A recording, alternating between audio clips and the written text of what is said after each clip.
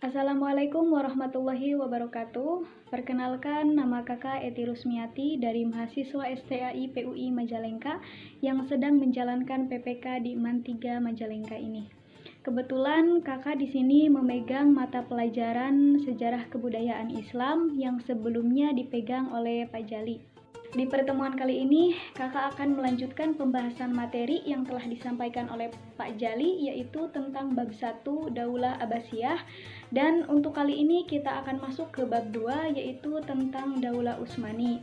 Kakak akan membahas tentang awal mula kelahiran Daulah Utsmani hingga strategi dan kebijakan pada masa pemerintah Daulah Utsmani. Bisa teman-teman amati, di samping ini adalah lambang dari Daulah Utsmani. Kenapa mereka menggunakan lambang dengan berbagai macam senjata tajam? Karena Daulah Utsmani itu telah memproklamirkan bahwa mereka adalah daulah jihad. Dalam Al-Quran sendiri, Allah telah mengatakan bahwa Allah telah menurunkan di antara mereka yaitu hadid atau besi untuk menegakkan keadilan. Nah, ulama tafsir mengartikan bahwa besi di sini adalah besi yang sudah diubah menjadi berbagai macam senjata tajam sehingga bisa digunakan untuk menegakkan keadilan atau berjihad.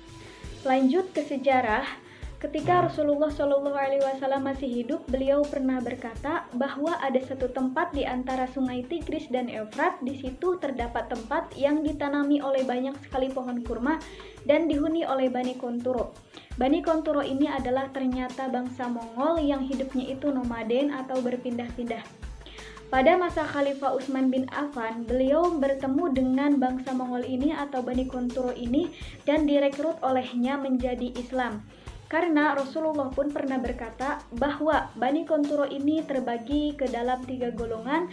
Golongan yang pertama adalah golongan yang menganut agama nenek moyang mereka, dan golongan yang kedua adalah golongan yang memerangi agama Islam, dan golongan yang ketiga adalah golongan yang masuk Islam. Setelah mereka masuk Islam, mereka membantu dan menolong khalifah-khalifah pada saat itu hingga sampai pada masa Bani Abbasiyah, yaitu mencapai puncak kejayaan pada saat zaman Mu'tasim Billah yang menentang atau zalim terhadap para ulama, sehingga mereka merasa tidak nyaman dan memindahkan ibu kota ke Samarra.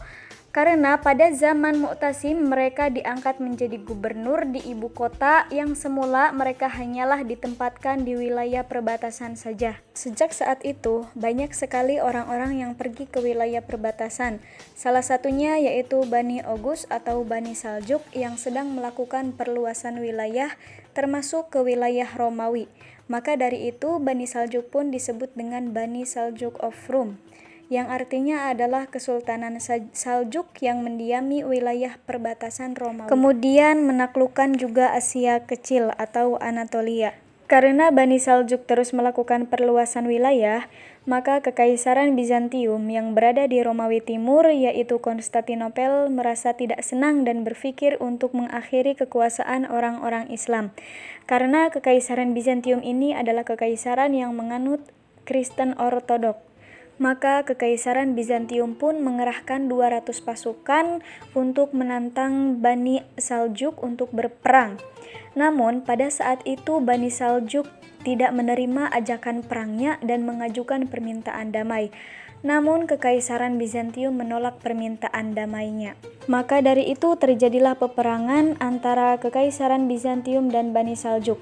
Kekaisaran Bizantium mengirimkan 200.000 pasukan untuk berperang, sedangkan Bani Saljuk mengirimkan 20.000 pasukan untuk berperang dengan dibantu oleh Ertogul yaitu dari Bani Konturo, anak dari Sulaiman Syah yang berasal dari suku Kayi.